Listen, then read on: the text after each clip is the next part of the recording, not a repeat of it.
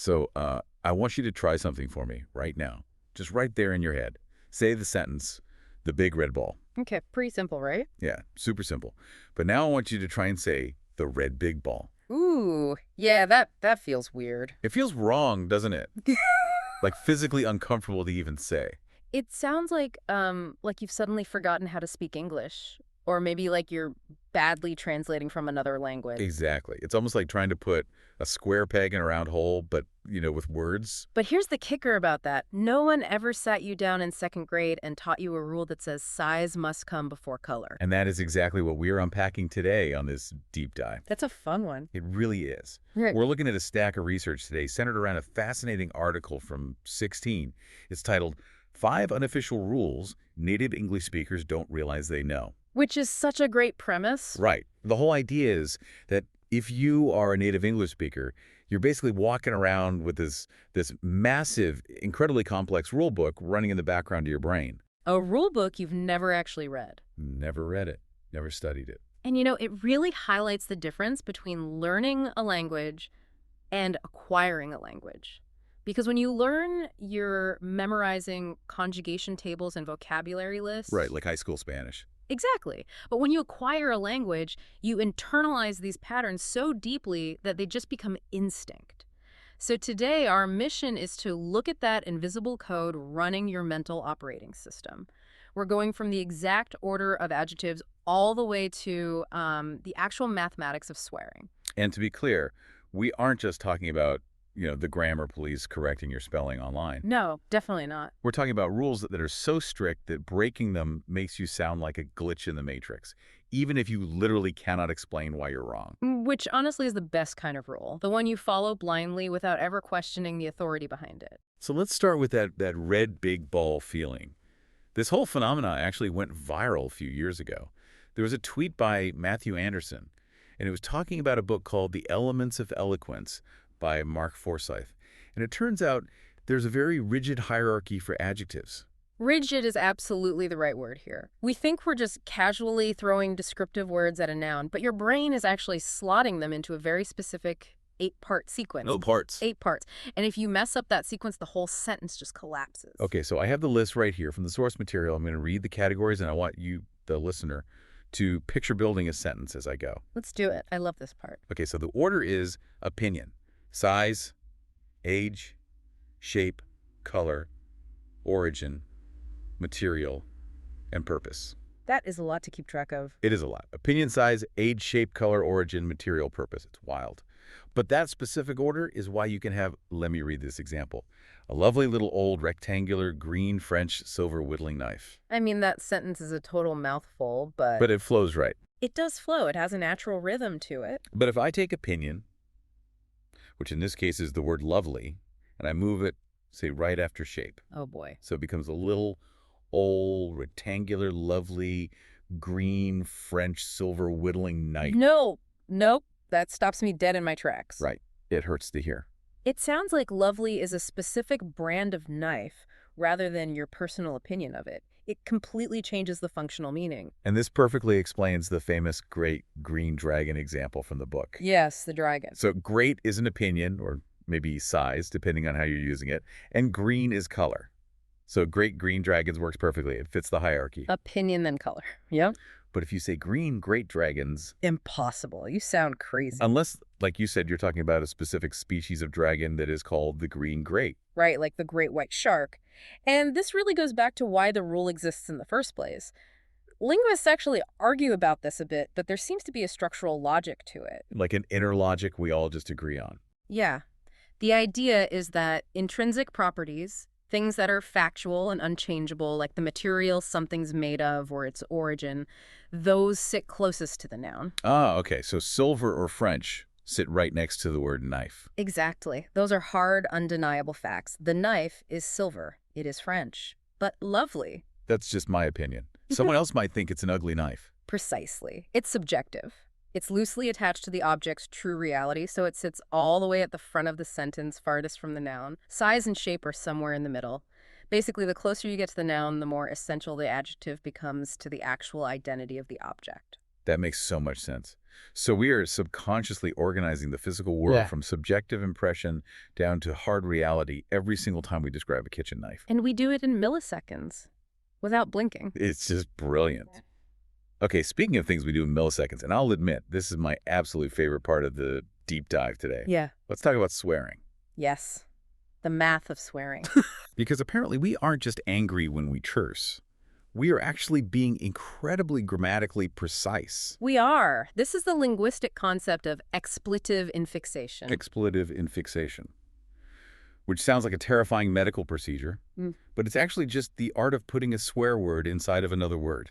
It's pretty much the only time in the English language we do this, where we literally shove a word into the middle of another word, but the trick is you can't just put it anywhere. Right, there is a very specific sweet spot. There is. So the classic example everyone knows, keeping it PG for the deep dive, is abso-freaking-lutely. Abso-freaking-lutely. It rolls right off the tongue. It does, but you would never in a million years say ab-freaking-so-lutely. Ab-freaking-so-lutely. Now that sounds like I have the hiccups. Or what about absolute freaking? That's even worse. It just falls apart. So the hidden rule here is entirely about rhythm, specifically syllable stress. Okay, so the beats of the word. Right. English is what we call a stress-timed language. We naturally have these rhythmic beats. So in the word absolutely, the main stress is on the third syllable. Okay. Absolutely. Eluti is the heavy beat. Yeah. So the rule is you insert the swear word right before the stress. Precisely. You want the expletive to act as a launch pad into the strongest part of the host word. Okay, let me test this. Let's take the word guacamole. Okay, so where's the stress? Guacamole. M-O is the stress. So it would be guaca-freaking-mole. Perfect, see? How about a city name? Try Philadelphia. Philadelphia.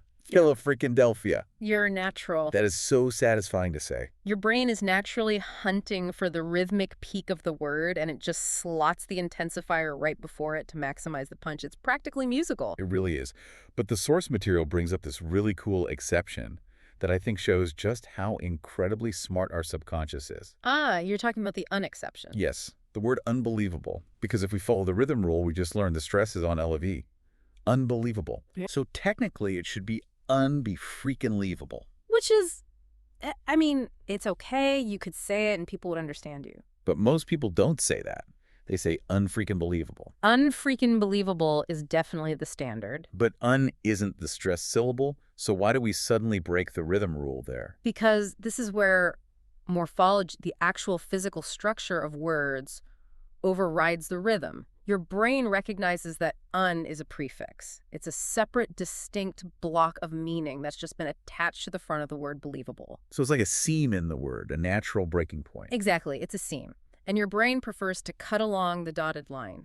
It feels cleaner to separate the prefix from the base word than it does to literally chop up the base word itself. So we have this split-second duel between rhythm and structure in our heads. And in this specific case, structure wins the duel. It's just wild that we make that calculation on the fly. You're thinking, okay, I need to maximize impact via stress, but wait, un is a prefix, abort, insert after the prefix. All while we're just trying to express how shocked we are about something. It really creates a lot of empathy for people trying to learn English as a second language. Yeah. Imagine trying to explain that specific exception to someone in a classroom. Here is the strict rule, except when the morphology feels slightly more distinct than the phonology. Good luck with that. Good luck indeed. Speaking of confusing non-native speakers, let's talk about the soul. The soul. Or rather, how English grammar decides what possesses a soul and what doesn't. Oh, the animacy hierarchy. This is such a fascinating glimpse into how English speakers view the universe. So the core issue here is possession. How we indicate that something belongs to someone or something else. We basically have two main ways to do this in English. We have the apostrophes like my brother's car. Or we use the phrase like the car of my brother. Oh. And if you look at Romance languages like French or Spanish, the beer of structure is totally the default. Le chat de ma mère, the cat of my mother. That's how everyone talks. But in English, we are surprisingly picky. We really do not like using the word of for people. Yeah, if I say the car of my brother, it sounds like a bad translation in a movie. We almost always say my brother's car. And that is because brother is sitting right at the top of the animacy hierarchy. He is a human being. He has a mind, a will, a soul. High animacy nouns get the apostrophe. That's the rule. But as we go down that ladder, say we move from humans down to animals, the cage of the hamster versus the hamster's cage. Hamster's cage still wins there, but you have to admit Cage the Hamster is slightly less weird sounding than Car of My Brother. It is a little less jarring. And then we hit the very bottom of the ladder. Yeah. Inanimate objects. The house. The roof. Right, and here the polarity completely flips. If you say the house's roof, it sounds odd, a bit clunky. Native speakers vastly prefer the roof of the house. The roof of the house. Yeah, that sounds completely natural. The house's roof makes it sound like the house actively owns the roof. Like the house got a job, went to the store, and bought a roof. That is the exact psychological key.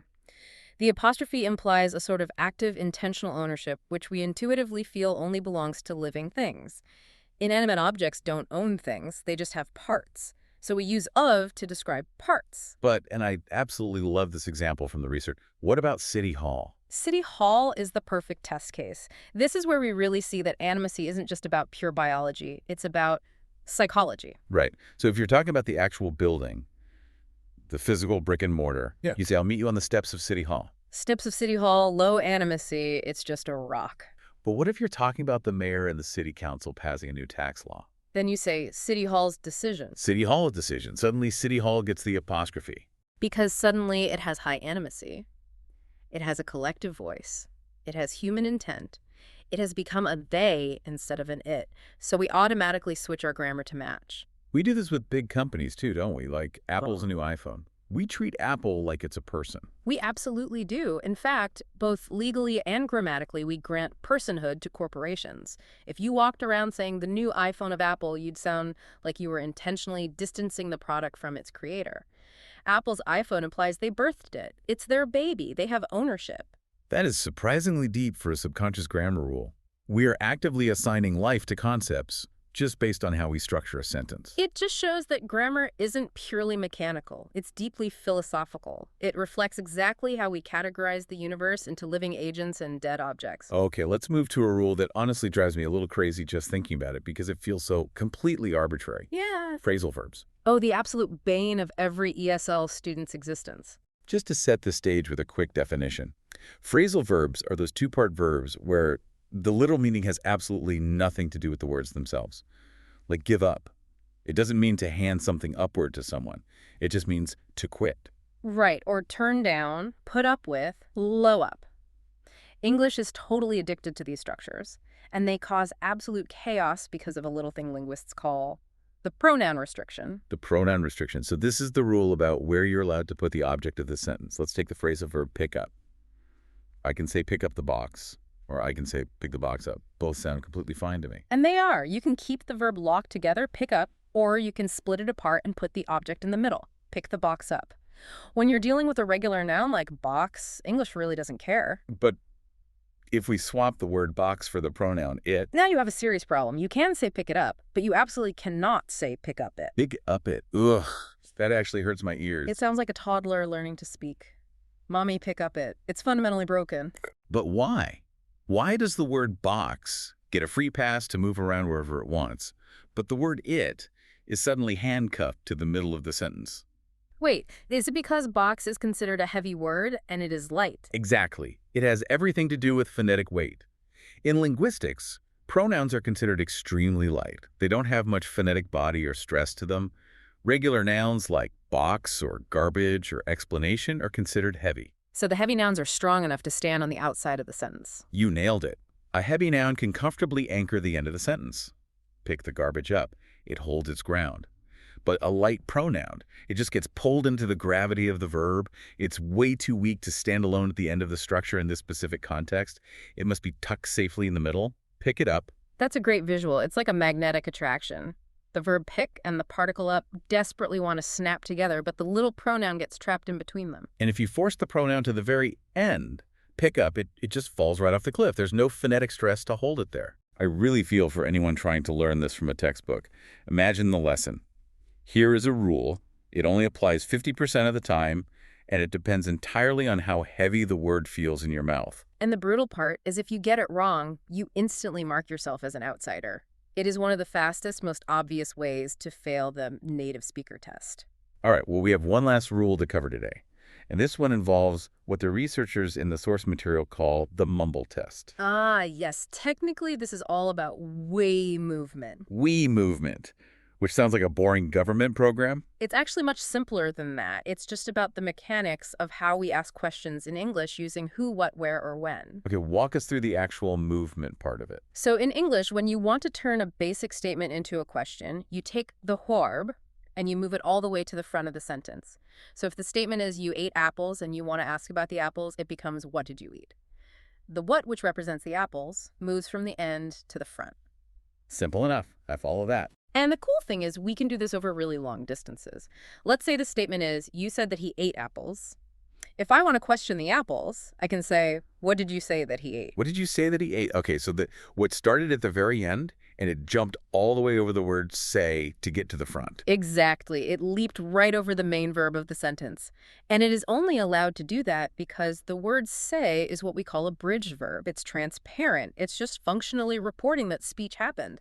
So it acts as an open highway for the question word to travel on.